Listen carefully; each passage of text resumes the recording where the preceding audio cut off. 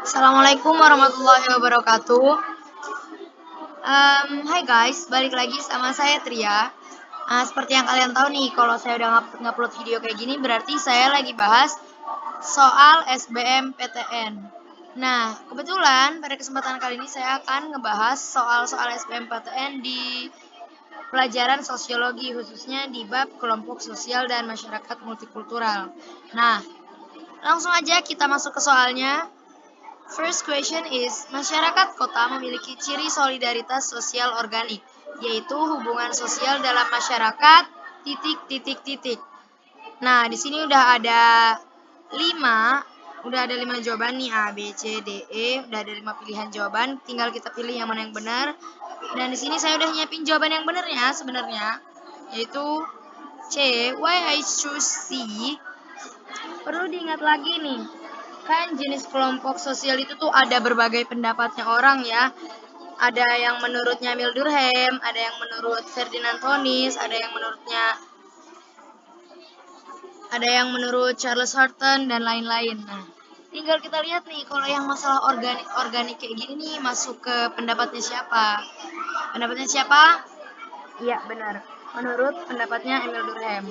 Nah, menurutnya pendapat Emil Durkheim ini, solidaritas itu ada dua, yaitu mekanik dan organik. Solidaritas mekanik itu apa sih? Nah, solidaritas mekanik itu adalah ciri dari masyarakat yang masih sederhana, terus mereka juga belum mengenal pembagian kerja, terus mereka juga identik dengan gotong royong. Nah, untuk yang organik ini apa sih? Solidaritas organik itu tuh bentuk solidaritas pada masyarakat yang sudah mengenal pekerjaan. Jadi mereka tuh cenderung lebih individualis. Jadi bisa kita lihat ya, yang di sini yang ditanya tuh yang mana? Yang organik kan? Jadi kita lihat didasarkan pada perubahan alam. Enggak ya, didasarkan pada rasa kekeluargaan. Nah, kalau cenderung individualis dan sudah mengenal pekerjaan itu kan berarti bukan atas dasar kekeluargaan. Nah, terus kita lihat nih yang D, kenapa bukan? Yaitu mengedepankan gotong royong. Nah, tadi seperti yang saya bilang kan, kalau misalnya yang mengedepankan gotong royong itu tuh yang mekanik, bukan yang organik. Terus yang terakhir, kenapa salah? Didasarkan pada ikatan darah.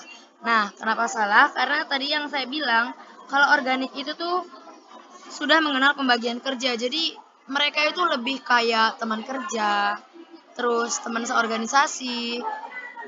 Jadi bukan atas ikatan darah.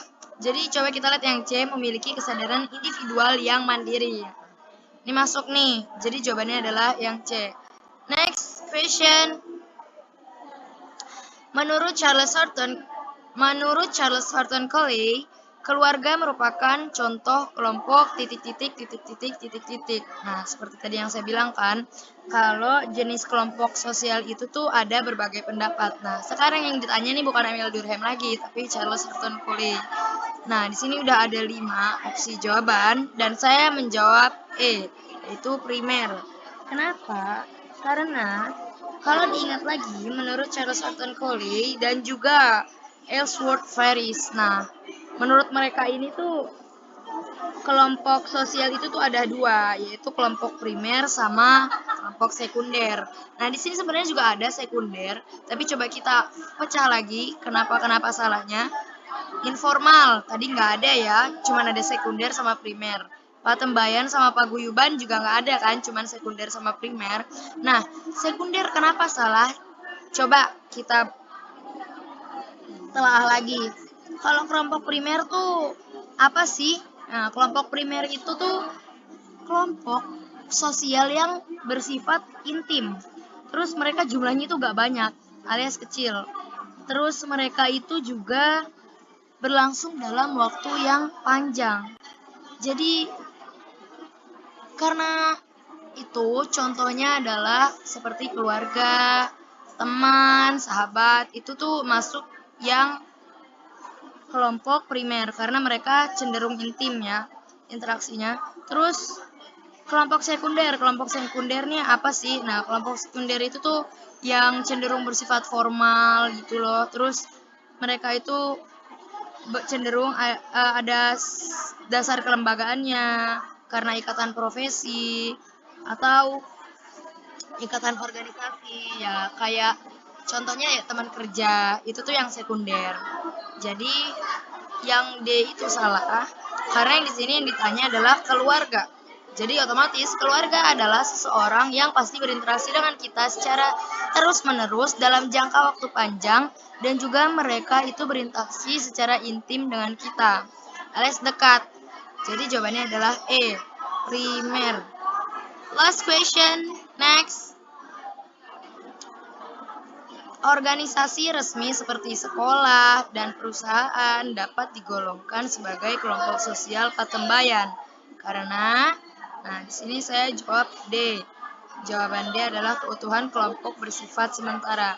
Why I choose D? Coba kita telah yang lainnya. Nah, coba kita lihat nih kalau patembayan ini.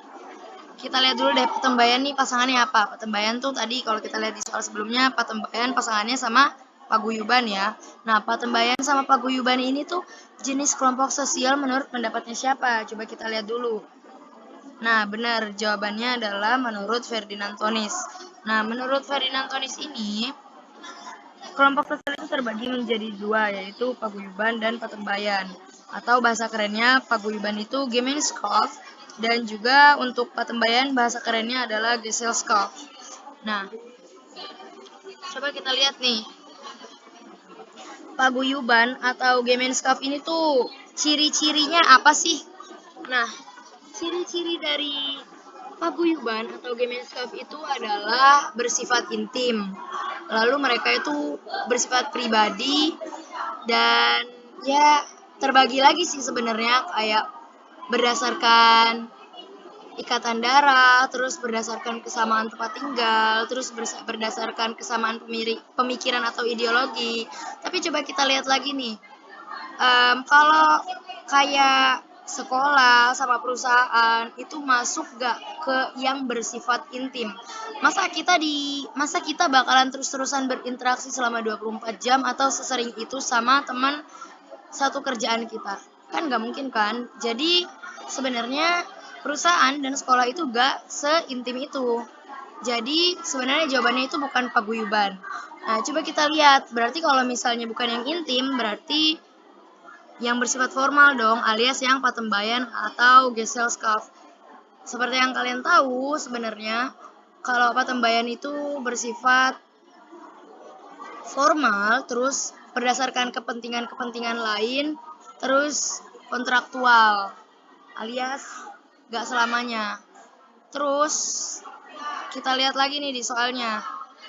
Coba yang A, setiap anggota diikat oleh hubungan batin yang murni. Nah, ini salah ya guys, ini udah jelas banget, ini udah masuk ke paguyuban.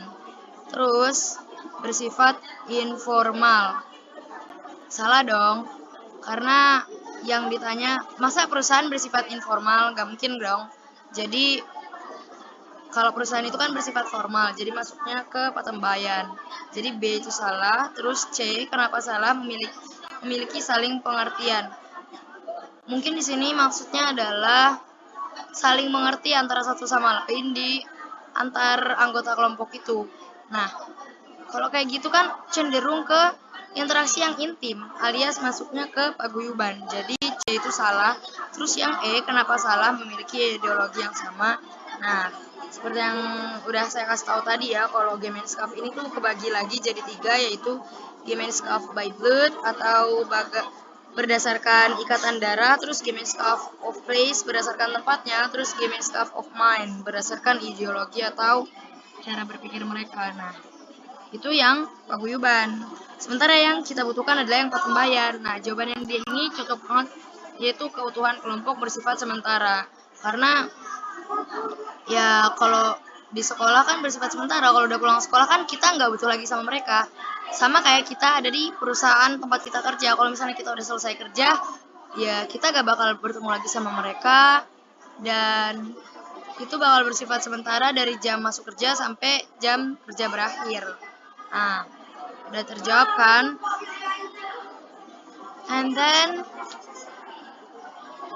Thank you guys karena udah dengerin saya. Kalau ada kesalahan saya mohon maaf, dan kalau ada yang kurang mengerti bisa diulang kembali videonya.